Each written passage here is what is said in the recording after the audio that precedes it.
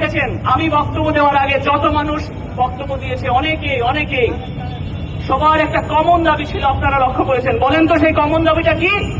বলেন তো। চিন্ময় কৃষ্ণ দাস ব্রহ্মচারীর মুক্তি।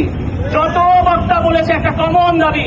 তা আমরা এই চট্টগ্রামের মাটি থেকে চিন্ময় কৃষ্ণ দাস ব্রহ্মচারী এবং ওনার সাথে এই চিন্ময় কৃষ্ণ ব্রহ্মচারীর সাথে আরেকজন ব্রহ্মচারী রঙ্গনাথ, এদের এরকম ভাবে তারা মিথ্যা মামলায় তারা বন্দী কারাবন্দী আছে, তাদের মুক্তি দাবি করছি।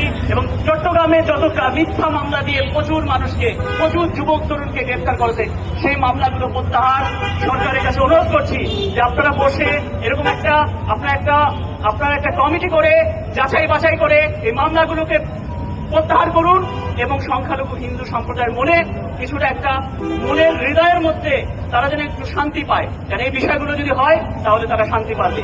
এবং আমি এই চিন্ময় কৃষ্ণ দাস ব্রহ্মচারী ইসকনের সন্ন্যাসী, আমি ঢাকা ইসকনের এই যে চারুচন্দ্র দাস ব্রহ্মচারী সাধারণ সম্পাদক, তিনি সহ চট্টগ্রামে 3টি বড় বড় প্রতিষ্ঠান, প্রবর্তক মন্দির, নন্দনকানন মন্দির এবং পুণ্ডরীকধাম মন্দির, এই 3 মন্দিরের অধ্যক্ষ সহ ঢাকা চারুচন্দ্র সহ আপনারা 4 জন মিলে বসে সরকারের আপনারা সরাসরি আপনারা চিন্ময় কৃষ্ণ দাস ব্রহ্মচারীর মুক্তির ব্যাপারে আপনারা কথা বলবেন।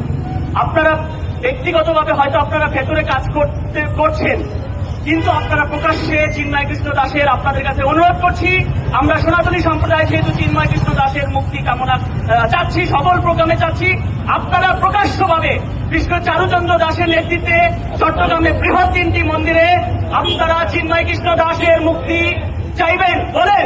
এবং এই রথযাত্রার প্রোগ্রামে আপনারা যদি তার মুক্তি না চান, আমরা বিষয়গুলো আমরা সংখ্যালঘু সম্প্রদায়, সনাতনী সম্প্রদায়গুলো আমরা বিষয়গুলো আমাদের কাছে ভালো লাগবে না আপনারা যদি তার মুক্তি না চান। আরেকটি ব্যাপার, চিন্ময় কৃষ্ণ দাসের যে ইসলাম থেকে আপনারা যে বহিষ্কার করেছিলেন মিথ্যা অভিযোগে, সেই বহিষ্কার চারুচন্দ্র দাসকে 24 ঘন্টা 48 ঘন্টার মধ্যে আমি প্রত্যাহারের অনুরোধ করছি।